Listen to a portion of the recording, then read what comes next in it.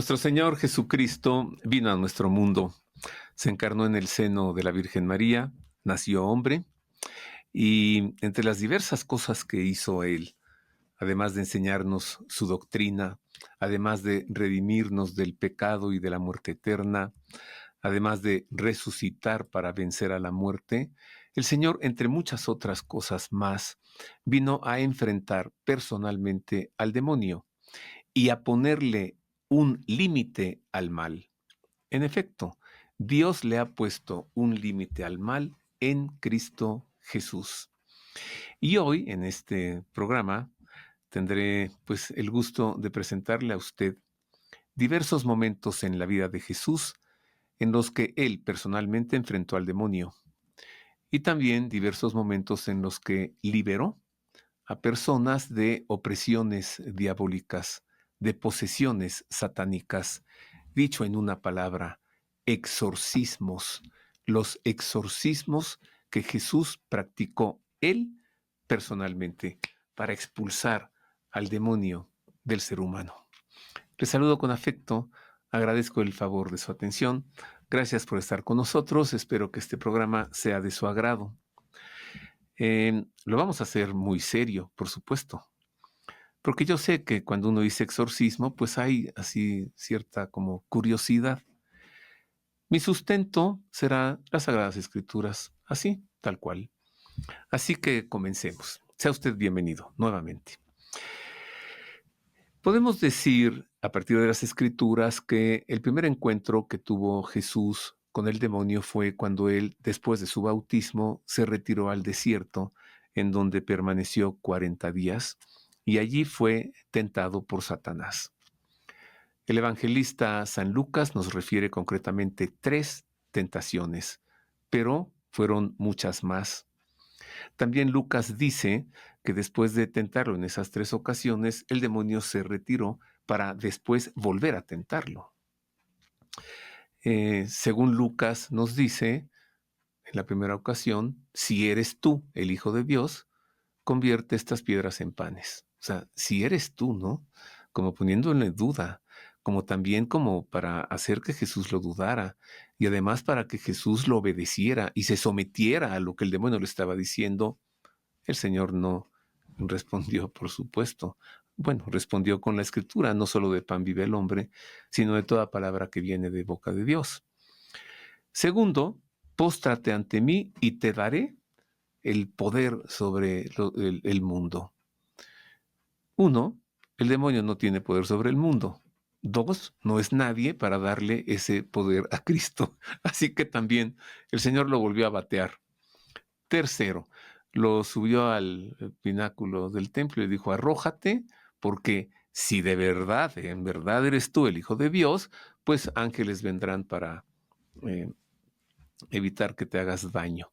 Y nuevamente, si eres tú el Hijo de Dios, así como, a ver, demuéstrame. 1, demuéstrate a ti mismo, pon a prueba a Dios y a ver si eres tú de veras. Y luego demuéstrame a mí tampoco, ¿no?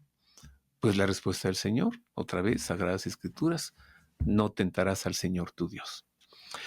Bueno, ahora, ¿cómo es que el evangelista Marcos, ya le mencioné a San Lucas, ahora Marcos nos menciona en su escrito las tentaciones de Jesús en el desierto y cómo es que él enfrentó al demonio?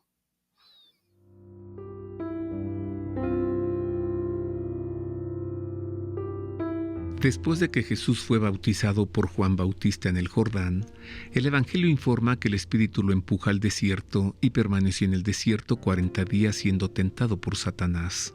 A Jesús el Espíritu lo empuja, lo arroja a una experiencia de desierto en la que cobrará conciencia plena de su realidad. Allí en el desierto, donde más que estar en un lugar, se vive en un estar. Al desierto entró Jesús de Nazaret, y del desierto salió Jesucristo. Al desierto entró el hijo del carpintero, y del desierto salió el Hijo de Dios. En Jesús se unen 2 naturalezas en una misma persona, naturaleza divina y naturaleza humana, ambas juntas en la segunda persona de la Santísima Trinidad. Ahora Jesús vivirá en un permanente diálogo divino. Él también es llamado por el Padre al desierto para seducirlo. hablarle al oído, enamorarlo y hacerle saber qué espera de él y cuál es su tarea. Jesús profundiza su diálogo con el Padre, un diálogo que no conocerá final.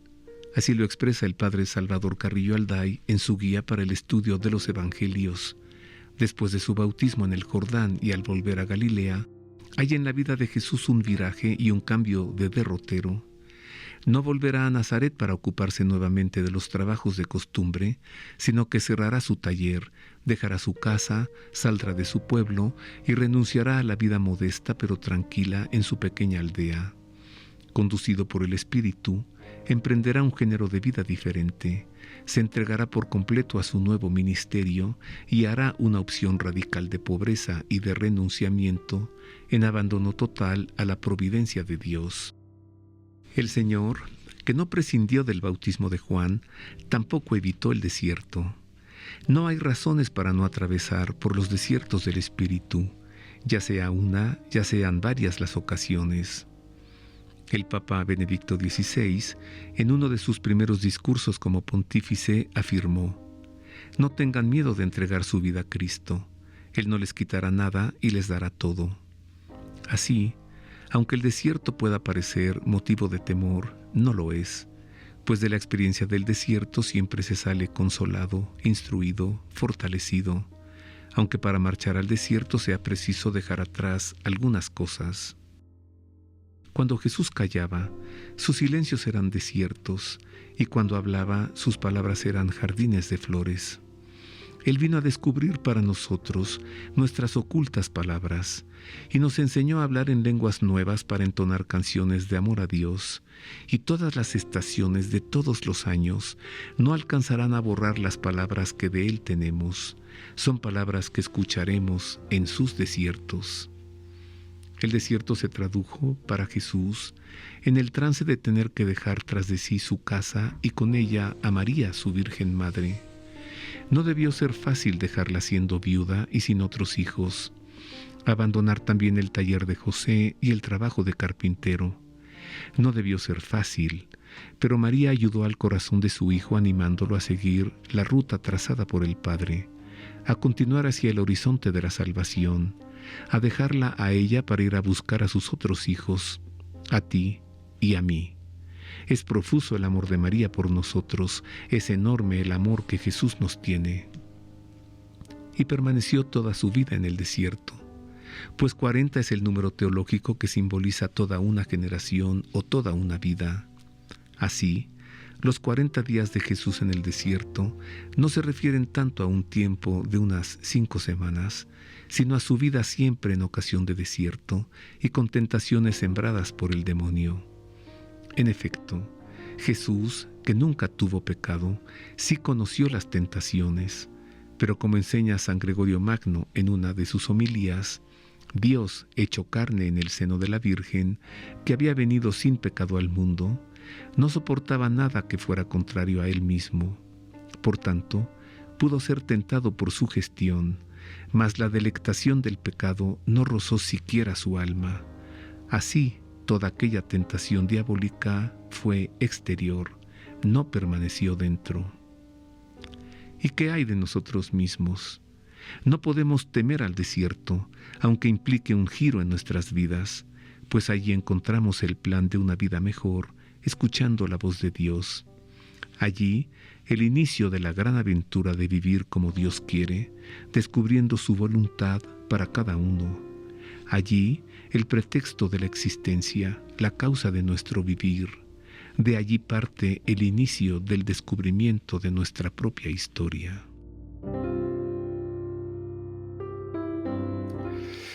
Como vemos, Jesús tiene potestad sobre el demonio, tiene poder sobre el demonio.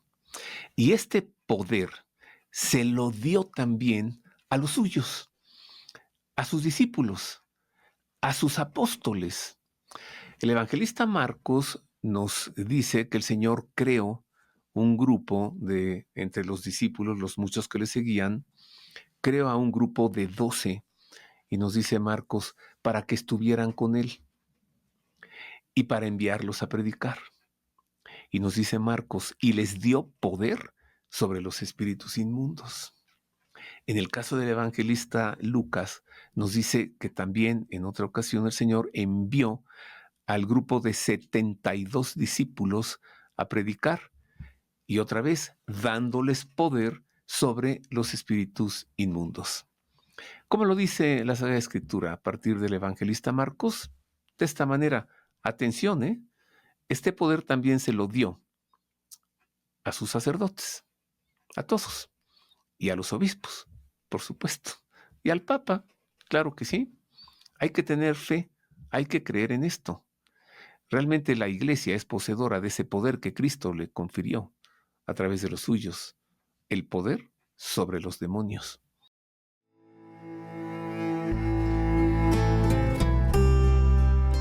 El monte es identificado en la Escritura Sagrada como el lugar de Dios. Del monte se asoma el sol en las auroras y por entre las montañas se ausenta por las tardes. Desde allí ruge el trueno y resplandece el relámpago. Ahí se congregan las nubes que bañarán los valles.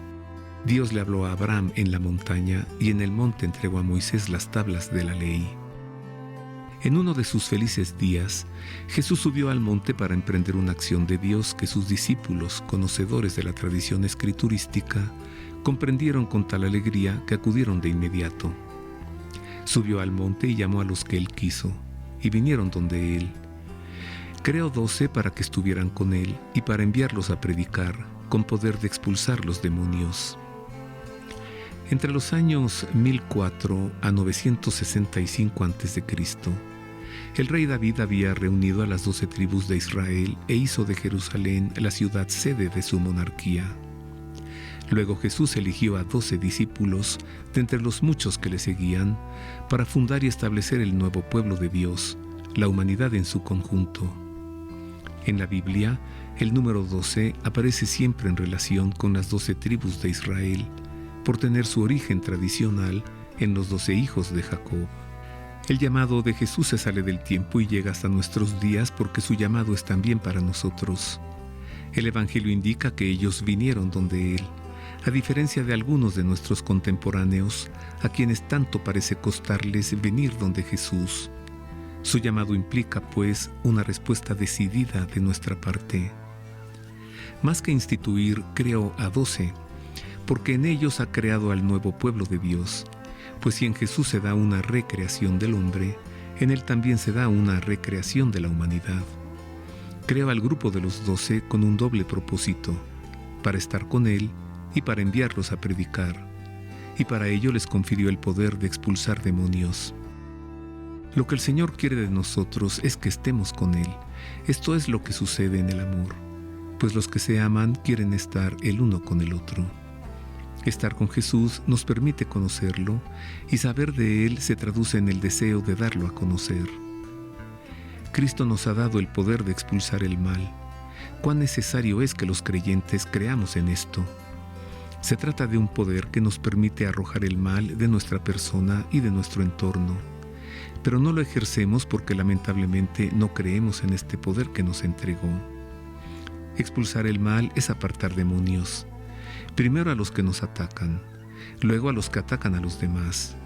Primero revisando nuestra interioridad y luego arrojando todo aquello que nos hace mal en nuestras palabras y acciones. Cristo nos ha dado tal poder, pues todo triunfo del bien sobre el mal siempre procede de Dios. Creó a los 12 y puso a Simón el nombre de Pedro, a Santiago el de Zebedeo y a Juan el hermano de Santiago, a quienes puso por nombre Boanerges, es decir, hijos del trueno, a Andrés, Felipe, Bartolomé, Mateo, Tomás, Santiago el de Alfeo, Tadeo, Simón el cananeo y Judas Iscariote, el mismo que le entregó. De entre los discípulos que le seguían, los apóstoles son el grupo de los 12 a quienes especialmente llamó para que fuesen sus testigos ante el mundo, los predicadores del Evangelio y los cimientos de la Iglesia, que es apostólica porque es descendiente de los apóstoles, en continuidad ininterrumpida en la sucesión de los obispos. A Simón le llamó Pedro, a Santiago y a Juan quiso llamarles Boanerges por su carácter enérgico. Cambiar el nombre indica un sentido de pertenencia. Ahora son de Jesús, son de Dios. Antes de estar con Cristo, antes de proclamarlo y antes de expulsar el mal de la vida propia, todos le hemos pertenecido de alguna manera a otros, a quienes han pretendido imponer su voluntad sobre la nuestra. Pero ahora, con Jesús en nuestra vida, con su llamado y con nuestra voluntad de seguirlo, ahora le pertenecemos a Él. Nos ha recuperado y no quiere perdernos. Lo demás está en cada uno de nosotros, en no cambiar de dueño, en no ser de ningún otro señor que pretenda mandar en nuestros actos y adueñarse de nuestra historia. Y pues somos de Dios, ¿con qué nombre nos llama? Siervo, ya no. Amigo, tampoco. Ahora nos llama hermano y también hijo. Con cuánto amor nos llama Jesús. Ya ve usted, el Señor les dio poder a los suyos para expulsar demonios y poder sobre los demonios.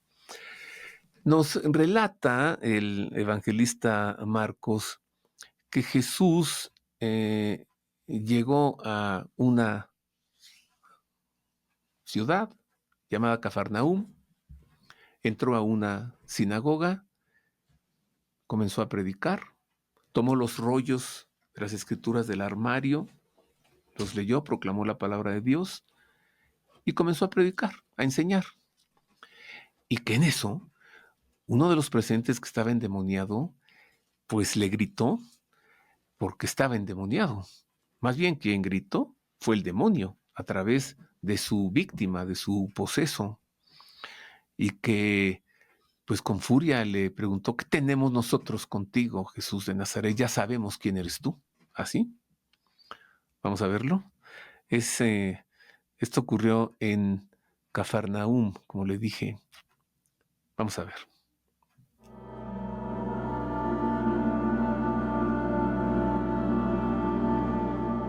El primer lugar de encuentro de Jesús que se dio con los hombres, ya en su predicación, tuvo lugar en lo cotidiano, en el ambiente de trabajo de los pescadores a la orilla del mar de Galilea. Un segundo encuentro ocurrió en el ámbito de la fe, en una sinagoga, en el ambiente religioso. Aquí Jesús sorprendió a sus oyentes al hablarles de una manera nueva. Es la forma en la que le enseña. Es una catequesis que provocó eco y asombro porque constataron que les enseñaba con una autoridad que no conocían. Una autoridad que es superior a la de los escribas, quienes eran los autorizados para enseñar las escrituras. Llegan a Cafarnaúm. Al llegar el sábado entró en la sinagoga y se puso a enseñar. Y quedaban asombrados de su doctrina porque les enseñaba como quien tiene autoridad y no como los escribas. En griego, exusía significa, más que autoridad, poder, pues denota la capacidad de hacer algo porque se es capaz de hacerlo. Tiene exusía aquel que puede, no el que tiene poder por su cargo, su armamento o su riqueza. Jesús, aunque no forma parte del grupo de los escribas, puede enseñar la palabra porque tiene exusía, y esto impactó en los presentes que quedaron asombrados ante tal sabiduría. Sabiduría que le viene a Jesús del Espíritu de Dios, que ha descendido a él en su bautismo en el Jordán. Al mismo tiempo, los escribas quedaron, en cierta forma, desautorizados por quienes ahora han escuchado a Jesús. En aquella sinagoga de Cafarnaúm, la enseñanza de Jesús no pasó inadvertida para nadie, tampoco para los demonios. Había precisamente en su sinagoga un hombre poseído por un espíritu inmundo que se puso a gritar: ¿qué tenemos nosotros contigo, Jesús de Nazaret? ¿Has venido a destruirnos? Sé quién eres tú, el Santo de Dios. Jesús entonces le conminó diciendo: cállate y sal de él. Y agitándole violentamente el espíritu inmundo, dio un fuerte grito y salió de él. Todos quedaron pasmados de tal manera que se preguntaban unos a otros: ¿qué es esto? Una doctrina nueva, expuesta con autoridad, manda hasta a los espíritus inmundos y le obedecen. Jesús, que tiene poder sobre los demonios, lo manifiesta a través de este exorcismo. Los demonios actuaban libremente, pero ahora Dios ha impuesto un límite al mal. El demonio sabe quién es Jesús, lo conoce, pero veamos que saber de él no es suficiente para alcanzar la salvación. Pues para participar de la obra redentora del Señor, además de conocerlo, es preciso seguirlo y hacer la voluntad de Dios.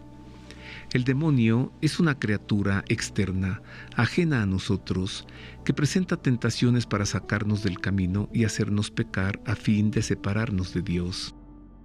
Este relato nos ofrece la posibilidad de mirar hacia nuestro interior para revisar el estado de gracia en el que se encuentra nuestra alma y ver que no está limpia del todo, porque a causa de nuestros pecados se ha ido manchando y opacando. Y si somos sinceros, advertiremos que también se encuentra francamente sucia, inmunda. Así como en aquella sinagoga el espíritu inmundo increpó a Jesús para hacerle expresar la relación entre ambos y saber qué es lo que tenía que ver él mismo con el Señor, y así como de entre los asistentes a la sinagoga, el que recibió la respuesta fue el mismo endemoniado, que acabó por descubrir que él también era sujeto de salvación, así también es necesario que nosotros le hagamos al Señor la misma pregunta, como comunidad humana que somos, como personas, como familias, como instituciones y como naciones, disponernos ante Él y preguntarle, ¿qué tenemos nosotros que ver hoy contigo, Jesús de Nazaret? En efecto, necesitamos establecer un compromiso mayor con Dios para participar de la alianza entre Cristo y nosotros mismos. Era preciso que Dios se encarnara y que se hiciera presente en el mundo para lavar la suciedad del alma y para que pudieras preguntarte qué clase de espíritus animan hoy al ser humano y cuál es el que te inspira o domina a ti mismo. En Jesús se encuentran la verdad y la oportunidad del cambio radical de vida que sigue siempre tras la expulsión de todo mal. Atrévete, como el hombre de la sinagoga, y pregúntale al Señor qué tienes que ver con Él o qué quiere Él de ti. Él te lo va a responder, y en su respuesta encontrarás el auténtico sentido de vivir, el destino de tu vida, el inexorable objetivo y la trascendental misión de tu existencia, tanto como persona como creyente. A mí me da mucha pena que tantas personas acudan ante ministros de Satanás. Ay, no, yo no voy con... Ah, ¿no? ¿No ha ido usted a que le hagan una limpia? ¿No ha ido a que le adivinen las cartas? ¿Y a que le adivinen el café y no sé qué cosas? ¿Y no ha pagado usted por amuletos y estas cosas? Cuidado, porque todo eso es del demonio.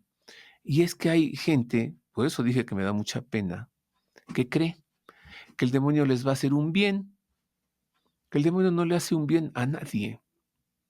El demonio quiere la destrucción de la criatura humana por odio a Dios y por odio a su criatura. Pues es una pena que quien acude a esas cosas piense que el demonio tiene más poder que Cristo Jesús. No es así. Empezando porque Cristo Jesús es creador y el demonio es criatura. Y nunca criatura alguna puede ser superior a su creador. Pues Jesús, además de expulsar demonios, también curaba enfermos, como un signo visible de su divinidad. Con estos milagros Jesús confirmaba su predicación y confirmaba su palabra, y quienes lo veían pues quedaban curados, quedaban sanados. También expulsaba demonios pues para liberar al hombre de la opresión diabólica y también para mostrar su divinidad, para mostrar su poder, cómo es que él puede vencer el mal. Pues se enteraron de esto las autoridades judaicas de Jerusalén, escribas, sanedritas, y que lo mandan espiar a Galilea. Y no solo a espiar, sino a difamarlo y a calumniarlo. Y dentro de Galilea, más precisamente a Nazaret, donde residían los suyos, quienes bien lo conocían, y presentaron una calumnia terrible. ¿Sabe qué dijeron? Sí, él expulsa a los demonios, pero los expulsa con el poder del demonio. O sea, como si Jesús estuviese asociado con el demonio. El argumento es endeble, bueno, más que endeble, es estúpido, porque ¿cómo se va a expulsar al demonio en el nombre del demonio, no? O sea, ¿cómo el demonio va a hacerse un mal a sí mismo? Jesús le respondió con toda paciencia y con toda caridad, y les dijo en pocas palabras: ustedes no entienden nada, pero no se entienden ni siquiera ustedes mismos, ¿no? No puede el demonio expulsar al demonio. Y el poder de Jesús, pues por supuesto no es el demonio, es el poder divino, el poder de Dios. Veamos estas calumnias de los escribas y cómo acusaron endeblemente a Jesús, pues de estar endemoniado también, ¿no?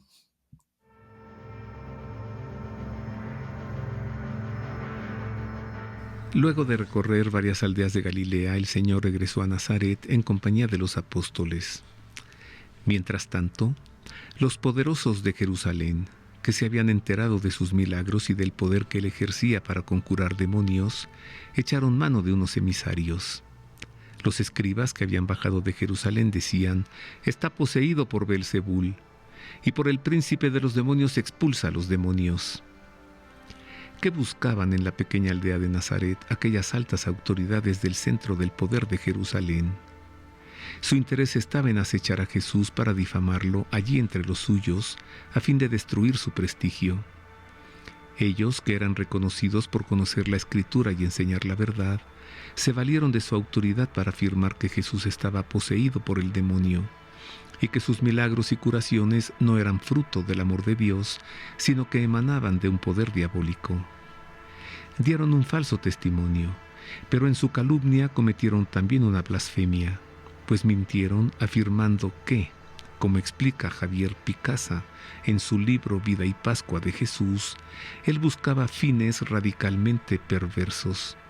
Queriendo separar al pueblo del espacio santo de la alianza, eso significa que es poseso.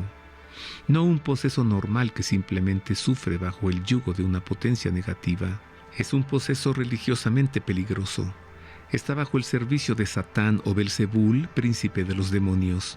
Por eso puede realizar curaciones. A través de ellas, bajo apariencia de bien, pretende engañar a todo el pueblo, haciendo que abandone la ley santa.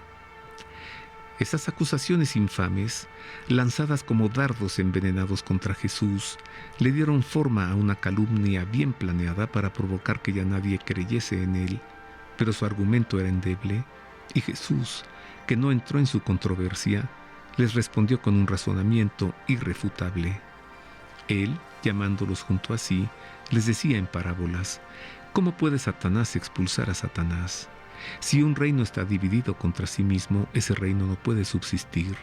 Si una casa está dividida contra sí misma, esa casa no podrá subsistir. Y si Satanás se ha alzado contra sí mismo y está dividido, no puede subsistir, pues ha llegado su fin. Pero nadie puede entrar en la casa del fuerte y saquear su ajuar si no ata primero al fuerte, entonces podrá saquear su casa. En efecto, no podría el demonio estar en lucha contra sí mismo, pues estaría provocando su propia destrucción. Expulsar al demonio en nombre del demonio, aunque así fuese, el resultado sería el mismo: el confinamiento de toda acción del mal. Sus argumentos carecían de sustancia para acusarlo de actuar en favor del mal, pues en la acción salvífica de Jesús, el resultado es fijar un límite al mal, como explica San Agustín en uno de sus sermones. Al Señor le movió expresarse de aquella manera el haber él tratado del espíritu inmundo, sobre quien dijo que estaba dividido contra sí mismo, mientras el Espíritu Santo, lejos de estar dividido, unifica entre sí a cuantos atrae hacia él mediante la remisión de los pecados o inhabitando en ellos después de haberlos purificado. Para saquear la casa de un hombre fuerte, primero habrá que someterlo y maniatarlo, explicó Jesús, valiéndose de una metáfora. Uno de los apelativos empleado por los antiguos judíos para referirse al demonio era el fuerte, ya que había logrado someter al género humano mediante el pecado. En la metáfora que Jesús expuso, la casa del fuerte es el mundo al que él ha venido para subyugar al demonio y para recuperar a quienes el diablo considera que ha ganado para sí y que le pertenecen, como explica San Ireneo de León en su tratado contra las herejías. El Verbo le encadenó abiertamente, como a un esclavo suyo fugitivo, y le arrebató sus vasos, es decir, los hombres por él detenidos, de quienes abusaba injustamente. Y justamente fue conducido en cautividad quien injustamente había llevado cautivo al hombre, mientras el hombre que primero había sido llevado en cautiverio fue arrancado de manos de quien le poseía, según la misericordia de Dios Padre, el cual tuvo compasión de su criatura y le otorgó la salud, reintegrándole por medio del Verbo, es decir, de Cristo, a fin de que el hombre aprenda por experiencia que no recibe la incorrupción de sí mismo, sino por regalo de Dios.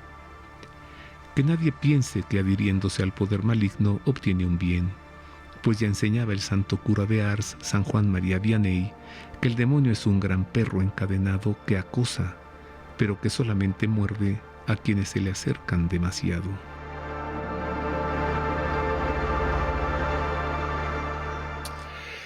Pues ya ve usted cómo el Señor los puso en su lugar, ¿no? Bueno, y no les dijo sonsos, porque él nomás es muy decente. En el Evangelio de San Lucas, del doctor San Lucas, encontramos un texto que puede parecer, incomprensible, a veces como inexplicable. Si lo quieren contar, está en Lucas, capítulo 11, los versículos 24 al 26. Ya ve usted, le dije que es un texto difícil de entender, ¿no? ¿Cómo es que un demonio es expulsado de una persona? Ha quedado liberada. Pero luego regresa con 7 demonios más y lo vuelve a poseer. O sea, ¿cómo es posible? Pensamos que no. Un exorcismo es pleno y total y es la expulsión del demonio definitivamente, sí. Pero cuidado, porque si esa persona que está padeciendo una, pues, posesión demoníaca o una opresión diabólica o una obsesión satánica, queda liberado de eso. O sea, acude con un sacerdote, le practica un exorcismo o oraciones de liberación y además se confiesa, claro, ¿no? Por supuesto.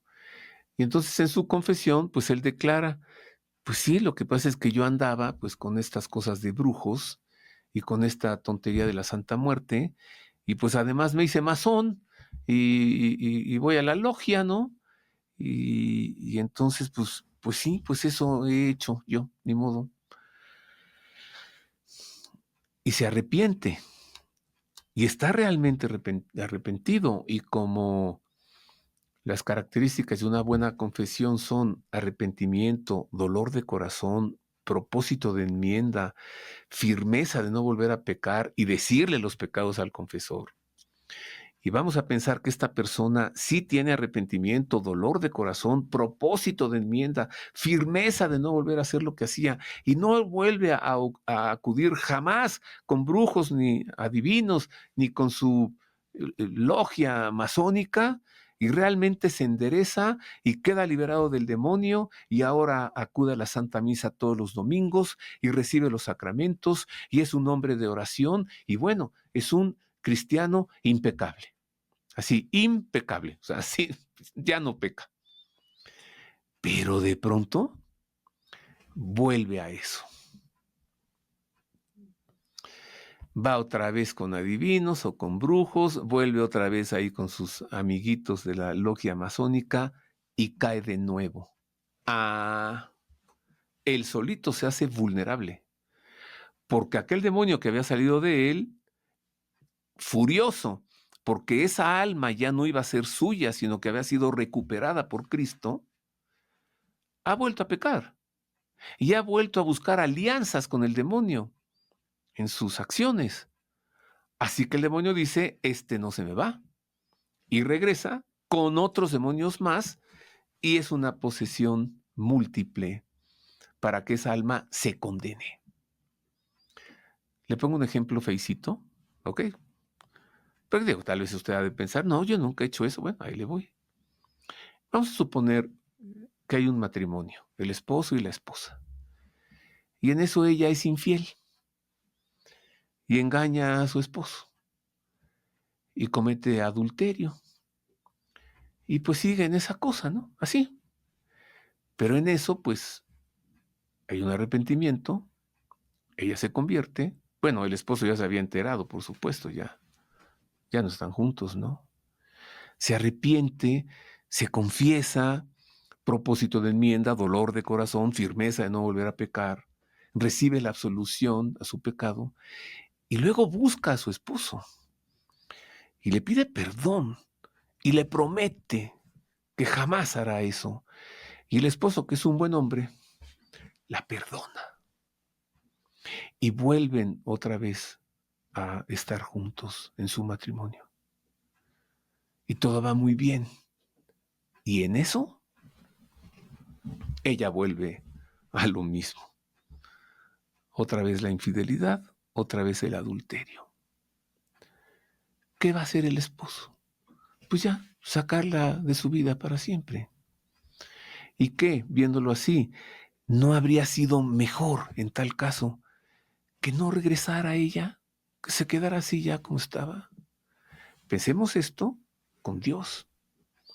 Porque arrepentirse y hacerle una promesa al Señor y luego volver a hacer lo mismo, ¡puf!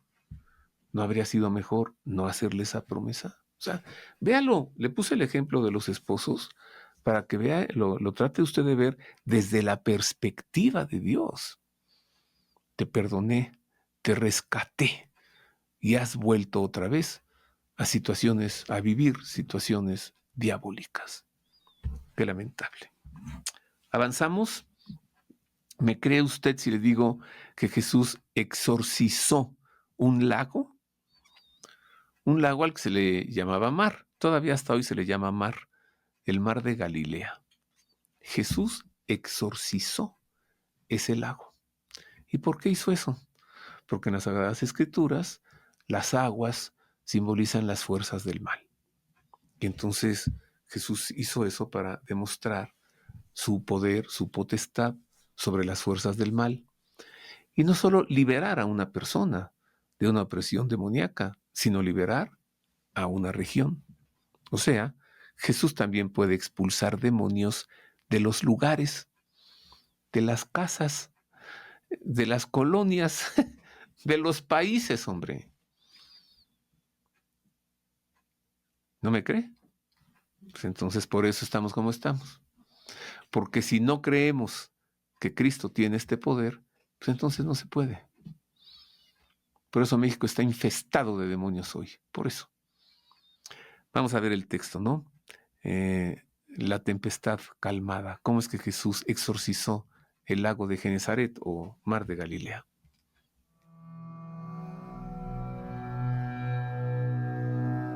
Hacia el crepúsculo del día de las parábolas, Jesús quiso dirigirse a territorio pagano, al otro lado del mar de Galilea, pero en la travesía las fuerzas del mal descargaron su rabia por la presencia de Dios en el mundo.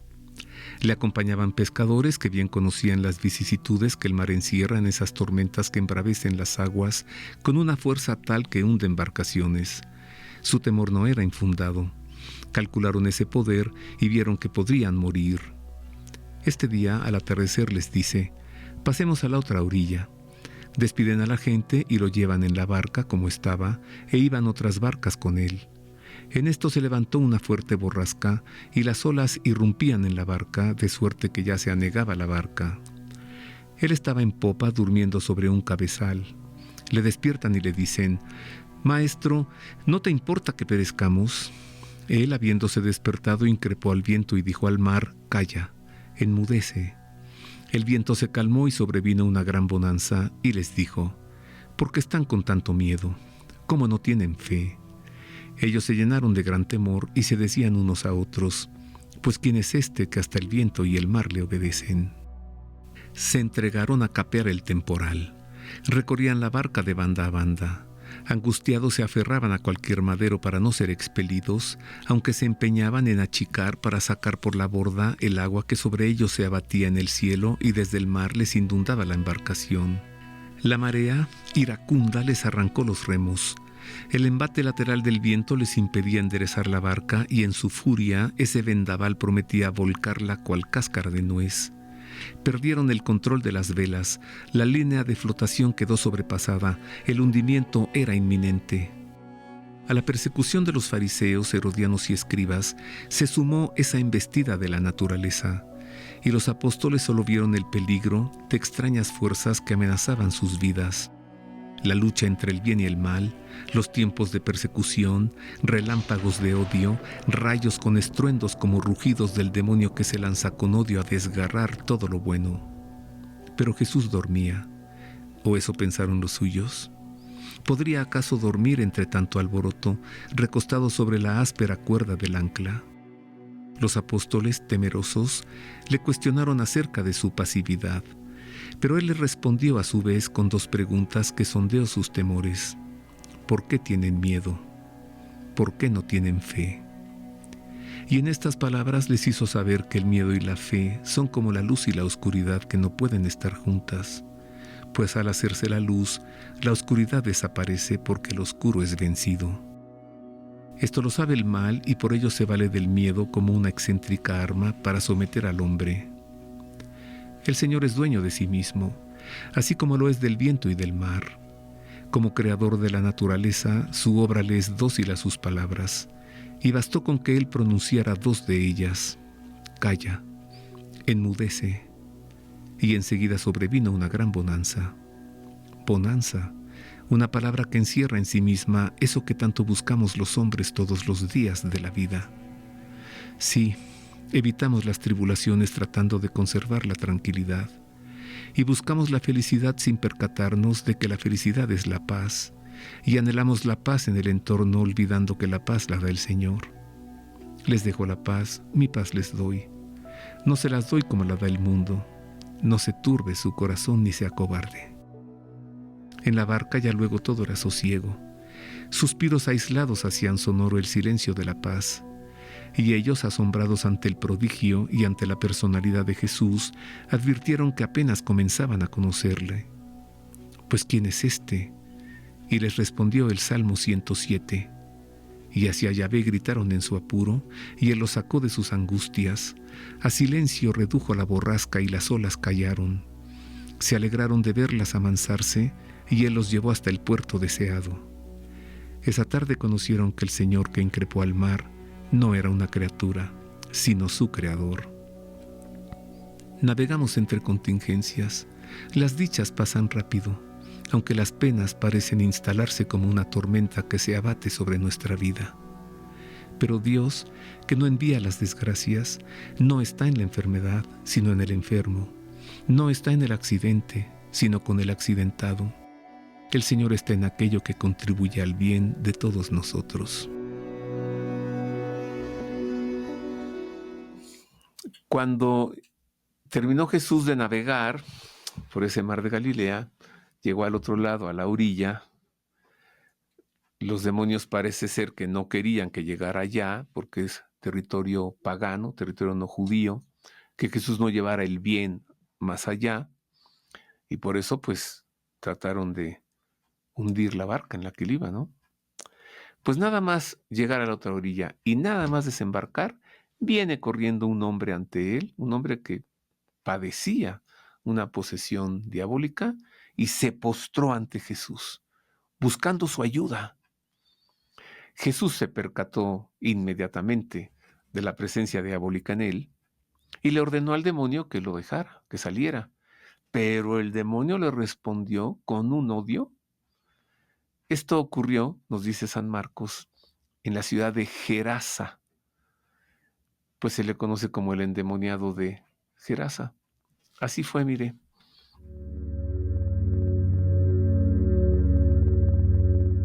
Luego de apaciguar la tempestad del mar de Galilea, Jesús llegó a territorio pagano, donde liberó a un hombre atormentado por una posesión satánica. Y llegaron al otro lado del mar, a la región de los Gerasenos.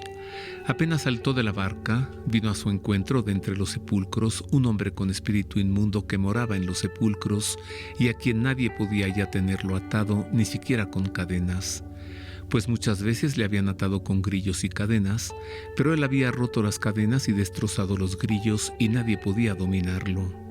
Y siempre, noche y día, andaba entre los sepulcros y por los montes dando gritos e hiriéndose con piedras.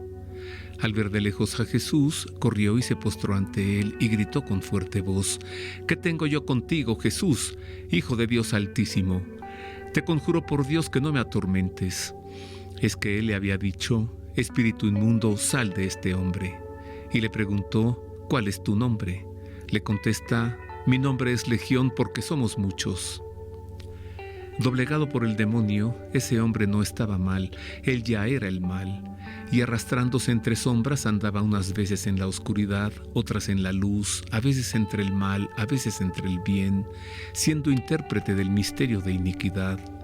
Gritaba y se lesionaba a sí mismo, porque el demonio que busca hacer sufrir, en la posesión lo hace ferozmente.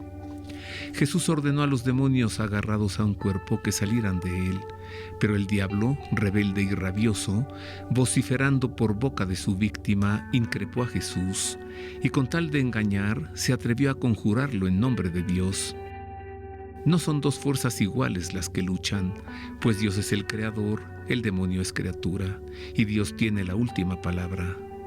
En la identificación del mal, Jesús lo obligó a decir su nombre, lo desenmascaró y tuvo que revelar la posesión múltiple. La legión romana, fuerza de ocupación extranjera, ejercía dominio sobre la población. El demonio era una fuerza de ocupación a la que no le correspondía estar en aquel hombre. Y le suplicaba con insistencia que no los echara fuera de la región. Había allí una gran piara de puercos que pasían al pie del monte, y le suplicaron: «Envíanos a los puercos para que entremos en ellos». Y se lo permitió. Entonces los espíritus inmundos salieron y entraron en los puercos, y la piara, unos 2000, se arrojó al mar de lo alto del precipicio y se fueron ahogando en el mar. Los demonios no están dispuestos a dejar de corromper al hombre, ni a salir de su entorno, aunque sea en unos puercos, con tal de mantener su presencia. Pero Jesús los expulsó y ahogó en el mar a ese mismo mal que ahogaba al hombre. Los porqueros huyeron y lo contaron por la ciudad y por las aldeas, y salió la gente a ver qué era lo que había ocurrido. Llegan donde Jesús y ven al endemoniado, al que había tenido la legión, sentado, vestido y en su sano juicio, y se llenaron de temor. Los que lo habían visto les contaron lo ocurrido al endemoniado y lo de los puercos. Al encontrarse con Jesús, los gerasenos se asombraron al verle junto al monstruo que no podían contener y consideraron que era poseedor de un ímpetu espiritual capaz de pacificar a quien les había aterrado. Pero aunque también ellos fueron liberados de la presencia del mal, no se percataron del bien recibido. Entonces comenzaron a rogarle que se alejara de su término. Y al subir a la barca, el que había estado endemoniado le pedía estar con él. Pero no se lo concedió, sino que le dijo: «Vete a tu casa, donde los tuyos, y cuéntales lo que el Señor ha hecho contigo y que ha tenido compasión de ti». Él se fue y empezó a proclamar por la Decápolis todo lo que Jesús había hecho con él, y todos quedaban maravillados. El hombre de Gerasa, arrancado de las garras diabólicas, viendo que para los gerasenos él no les era más valioso que unos puercos, no quiso quedarse entre ellos y le pidió a Jesús que lo llevara con él. Pero el Señor, que siempre tiene un mejor plan, vio en él al primer misionero y lo envió a predicar la salvación más allá de las fronteras y de sus sueños, donde encontró que el Señor tenía algo mejor para él: conocer el sentido de su existencia en una vida nueva. Es un relato sui generis, ¿eh? O sea, único en su género, porque hay un diálogo de Jesús con esos demonios. Bueno, primero se trata de una posesión múltiple, como hemos oído, ¿no? Y luego los demonios le dicen: «Mira, dejamos al hombre, que es lo que tú quieres, pero pues déjanos seguir estando aquí. Entonces déjanos meternos a esos, a esos puercos que están ahí. Pues pobres puerquitos». Pues en cuanto se les metieron los demonios, pues salieron, ya no podían pararse y se fueron al acantilado, ¿no? A ahogarse en el mar. Con el mal no se negocia. Jesús no dialoga con el demonio. Los exorcistas tampoco. Solo son órdenes concretas. Te lo ordeno. Sal de este hombre. Los sacerdotes exorcistas siempre en el nombre de Jesucristo. En el nombre de Jesucristo te lo ordeno. Sal de aquí. Sal de este hombre. Avanzamos. Bueno, ya habíamos dicho que había llegado Jesús a territorio pagano, a Gerasa, o sea, no solamente viene a expulsar el mal en la Tierra Santa, en Israel, sino también en territorios paganos. Y también él en algún momento quiso estar solo, descansar, se retiró a otro lugar fuera de Israel y ahí se encontró con una mujer pagana. Dice el evangelista Marcos, era sirofenicia, o sea, era como medio griega y como siria y como fenicia, y le pidió a Jesús que liberara a su hija de un demonio. La hija no estaba allí. La mujer habló en favor de su hija. Exorcismo a la distancia, pero así. Hay que conocer el poder de Cristo, y hay que abrazarnos a Cristo y confiar en su poder.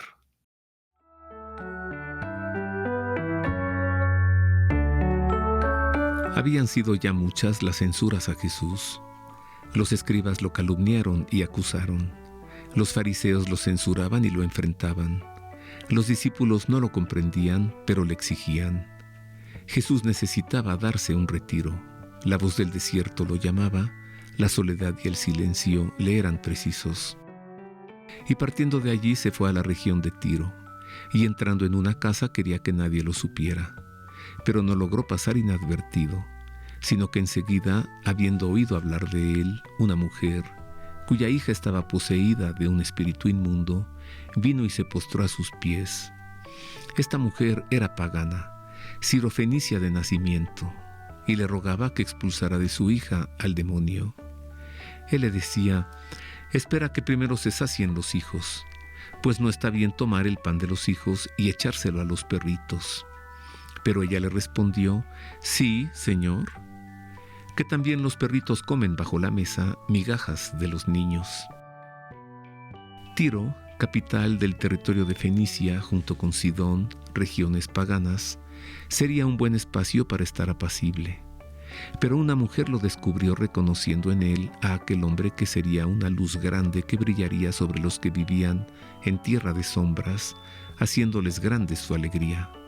La mujer, afligida porque su hija era víctima de un demonio arraigado en ella, y conocedora por lo que había oído hablar de él, de la potestad de Jesús sobre los demonios, apresurada lo alcanzó y se postró ante él, intuyendo que respondería a su súplica.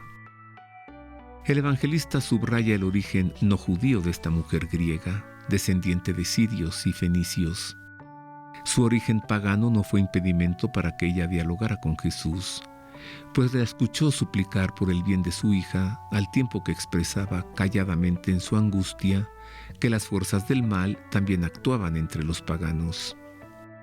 Era costumbre judaica referirse a los gentiles como perros de manera despectiva, una expresión que comenzó por ser una denostación, pero que con el tiempo se convirtió en un gentilicio coloquial.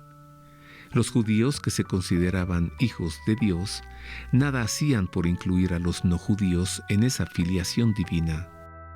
Jesús, por su parte, siguiendo el plan de salvación de Dios, le recalcó a la mujer griega que primero habría que saciar a los hijos, pues no está bien tomar el pan de los hijos y echárselo a los perritos.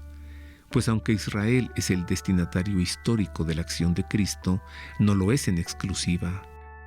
Dios, que había erigido una alianza con Israel, acogió a los gentiles en la alianza nueva en Jesucristo. Dios suele hablar a través de los acontecimientos, y en esta mujer griega se encuentra el anuncio de que Cristo es pan para todos los pueblos. El hijo del carpintero, alegre por haber escuchado palabras sensatas en esta preclara mujer, Luego del acoso y persecuciones de los israelitas, expresó la emoción de su corazón. Él entonces le dijo: «Por lo que has dicho, vete, el demonio ha salido de tu hija». Volvió a su casa y encontró que la niña estaba echada en la cama y que el demonio se había ido. En efecto, por lo que has dicho, por la lucidez en la expresión de su anhelo, por su deseo de participar de la salvación y por haber pedido su ingreso al reino de Dios, el Señor expulsó al demonio y lo desterró de la comarca. El mal ha ido adquiriendo con el tiempo diversas formas de manifestación en variados vicios, y cuando nuestros hijos son acometidos por adicciones, cuando son influidos por amistades nefastas que les derriban sus valores y les descomponen la vida, quisiéramos que Dios expulsara de ellos lo que los mantiene aprisionados por el mal. ¿Cuánto se sufre como padre por los padecimientos de los hijos?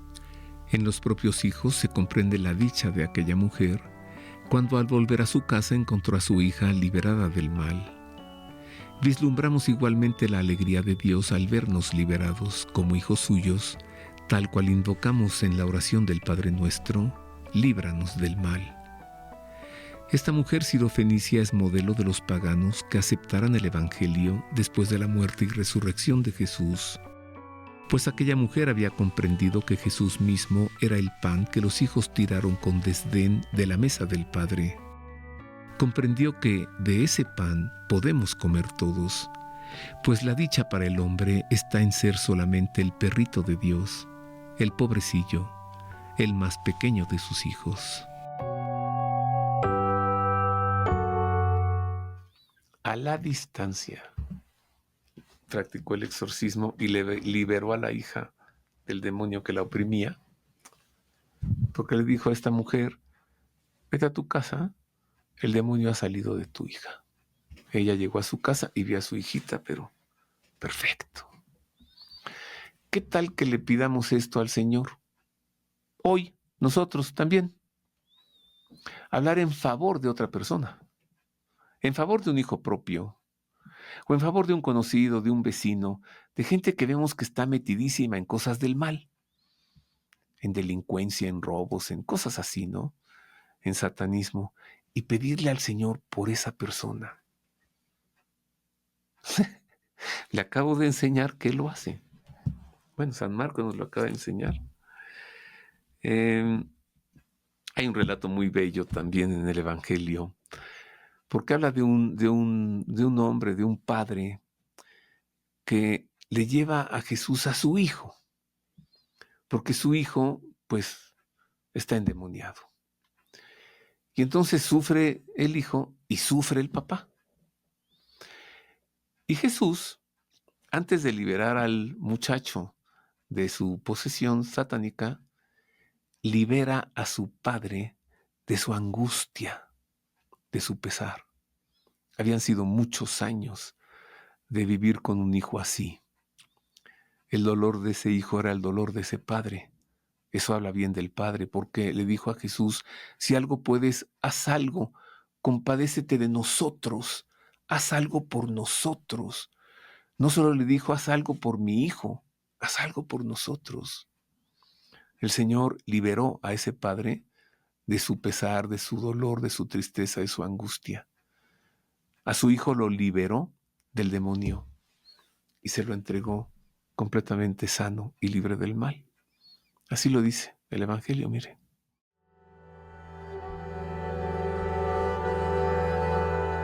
Un apesadumbrado hombre buscó a Jesús en compañía de su hijo, pero no lo encontró porque había subido al monte.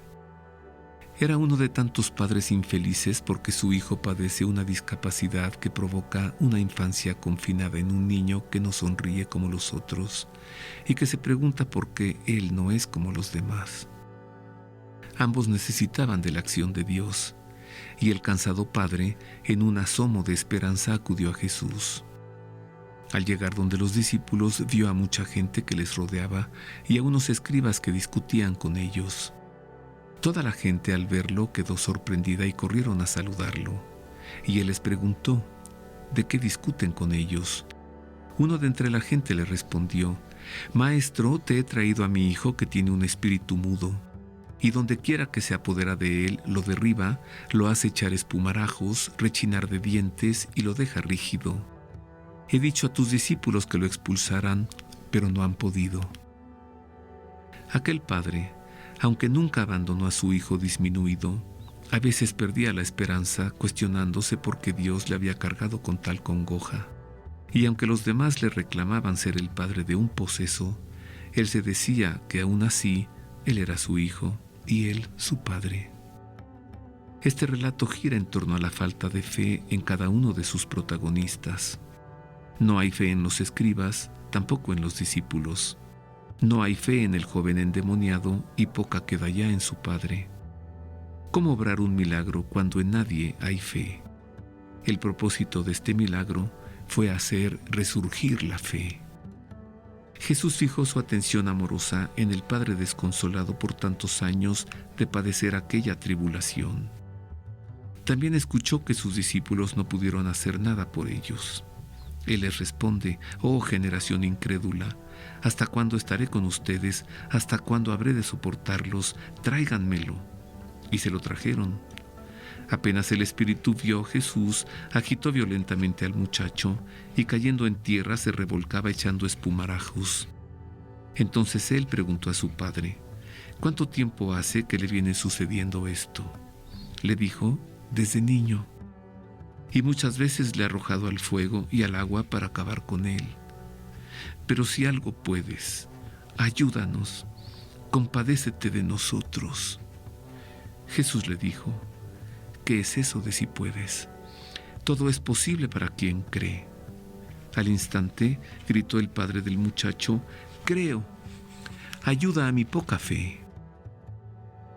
En un asomo de esperanza, el padre suplicó a Jesús: si algo puedes, ayúdanos, compadécete de nosotros.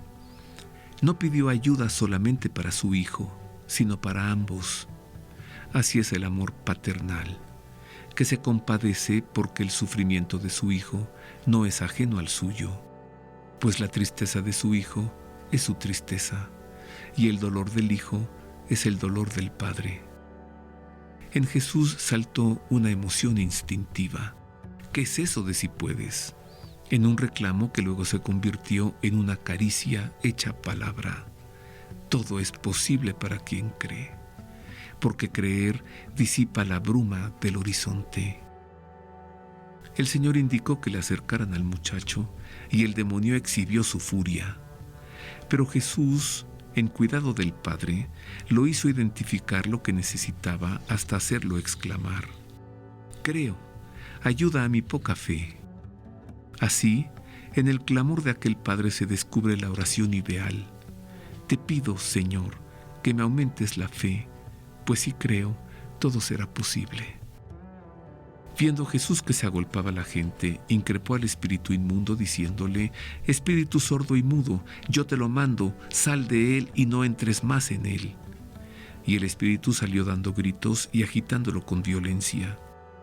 El muchacho quedó como muerto, hasta el punto de que muchos decían que había muerto. Pero Jesús, tomándolo de la mano, lo levantó y él se puso en pie. El reino de Dios derrota al de Satanás. Dios le ha puesto un límite al mal en Cristo Jesús. El demonio salió del joven hijo. El Señor lo levantó, reedificado, y él cooperó poniéndose en pie, manifestando así su deseo de ser un hombre nuevo. Cuando Jesús entró en casa, le preguntaban en privado sus discípulos por qué nosotros no pudimos expulsarlo. Les dijo: esta clase con nada puede ser arrojada, sino con la oración y el ayuno. ¿Esta clase de demonios o esta clase de falta de fe?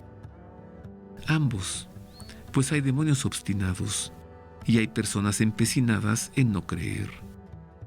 Hagamos oración y ayuno pidiendo al Señor por aquellos que no tienen fe, porque ellos no saben pedirlo. Ve usted, hay que encomendarle al Señor a otras personas o llevárselas, ¿no? Yo he visto que allí en el santuario de San Miguel Arcángel santuario basílica de San Miguel Arcángel en San Miguel del Milagro, Tlaxcala, México, yo he visto personas que llevan a otra persona, pues porque tiene alguna opresión demoníaca o alguna adicción, alcoholismo o drogas, ¿no? Y acuden allí, o a veces por su propio pie, y quedan liberados por el poder del comandante en jefe de las milicias celestiales, el arcángel San Miguel. Pues hay que hacer esto también, llevarle al Señor a la gente, pedir por ellos. En alguna ocasión llegaron muy simpáticos los discípulos del Señor, concretamente San Juan, el apóstol San Juan, y le dice: hemos visto a uno que anda allí expulsando demonios en tu nombre, pero este no es de nosotros, no es de los nuestros.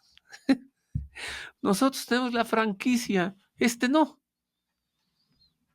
Y Jesús le respondió: déjenlo, que siga expulsando demonios en mi nombre, porque si lo hace en mi nombre, no está contra nosotros, está en favor nuestro. Así que déjenlo, que siga como está. ¿Qué tal?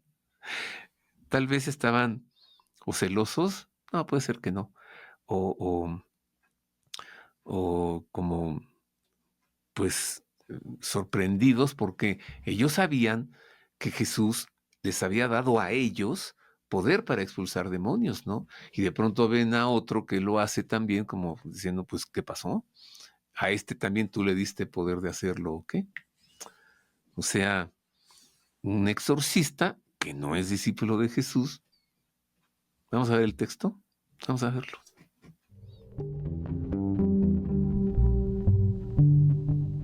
Luego de que Jesús les dijera a sus discípulos por segunda ocasión lo que habría de sucederle, queriendo cambiarle el tema, Juan le habló de otro asunto. Juan le dijo: Maestro, hemos visto a uno que expulsaba demonios en tu nombre y no viene con nosotros y tratamos de impedírselo porque no venía con nosotros. Pero Jesús dijo: No se lo impidan, pues no hay nadie que obre un milagro invocando mi nombre y que luego sea capaz de hablar mal de mí, pues el que no está contra nosotros está por nosotros. El Señor no dejó pasar esta oportunidad de catequizar a sus apóstoles, sabedor de que en un futuro no lejano tendría que volver a hablarles de lo que le ocurriría, aunque ellos, al igual que en el primer anuncio de su pasión y muerte, mantuvieran una actitud de desinterés. Juan y sus compañeros confiaban en que Jesús estaría de acuerdo con ellos, pero no fue así porque los alertó acerca de las actitudes que pueden provocar los celos y la envidia. Y les enseñó que antes de pretender impedir cualquier acción que procure hacer el bien, conviene detenerse para atender a lo que ha inspirado a hacer esa buena acción.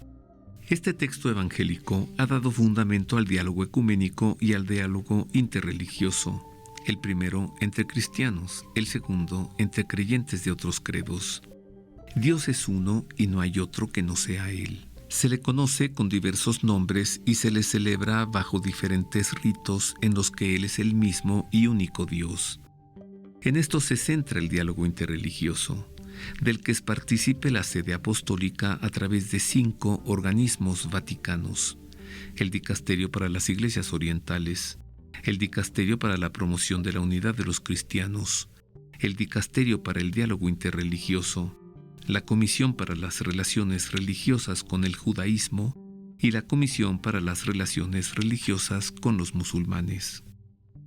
La Jornada Mundial de Oración por la Paz, instaurada por el Papa Santo Juan Pablo II el 27 de octubre de 1986, que congrega a representantes de las confesiones cristianas y principales religiones del mundo, también da cuenta de que la Iglesia responde así a la respuesta del Señor cuando les dijo a los apóstoles: el que no está contra nosotros está por nosotros.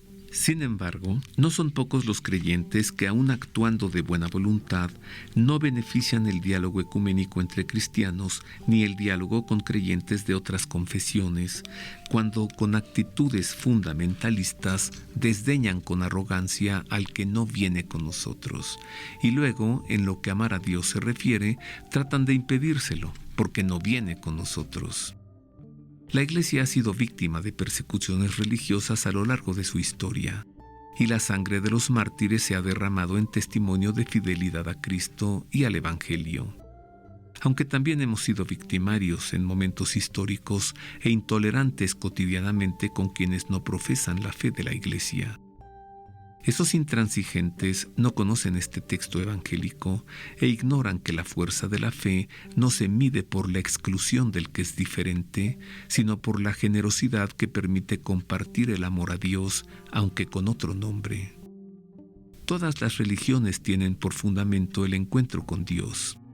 He podido conversar con devotos de otras religiones y con cristianos de otras iglesias, y no he encontrado en ellos actitudes de odio ni de desprecio, y he podido constatar que siempre es una mejor persona la que cree en Dios que la que no cree, pues tiene, al menos, que ceñirse a un código moral que le establece su religiosidad y que le compromete con Dios. Por principio, las religiones buscan el bien, y sus ministros lo saben y procuran. Pero son los adeptos o creyentes, algunos, los que ignoran ese principio, y es en donde germina la intolerancia y la persecución religiosa, las divisiones en las familias, las guerras en el nombre de Dios y variados conflictos de temperamento religioso que parecen disputarse el amor de Dios. En las palabras de Jesús, el que no está contra nosotros, está por nosotros, encontramos la enseñanza formal de armonizar con quienes no son uno de los nuestros. Enemistarse con ellos no lleva a bien alguno.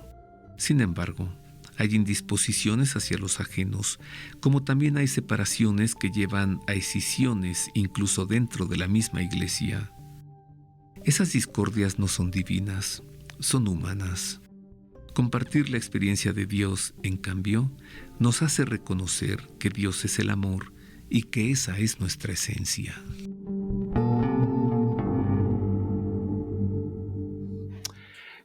O sea que en el nombre de Cristo, ¿no? Si uno cree en Cristo,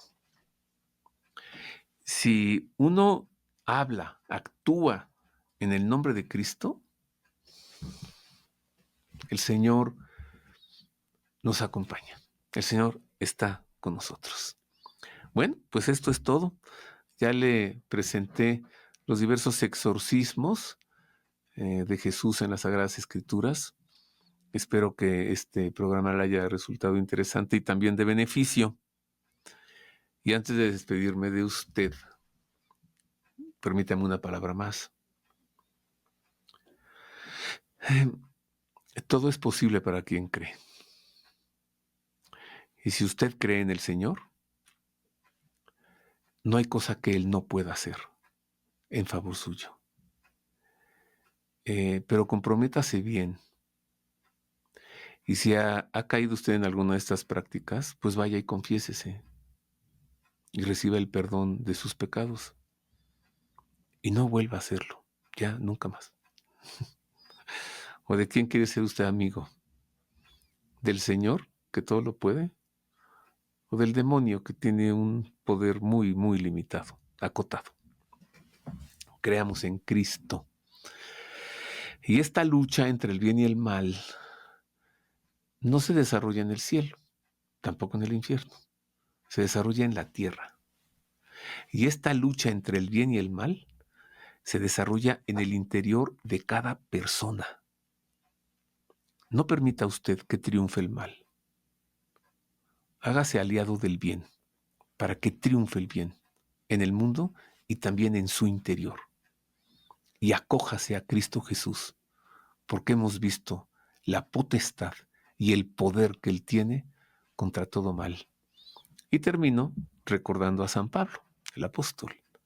Si Cristo conmigo, ¿quién contra mí? Muchas gracias por el favor de su atención. Le abrazo de todo corazón y le deseo que Dios le guarde.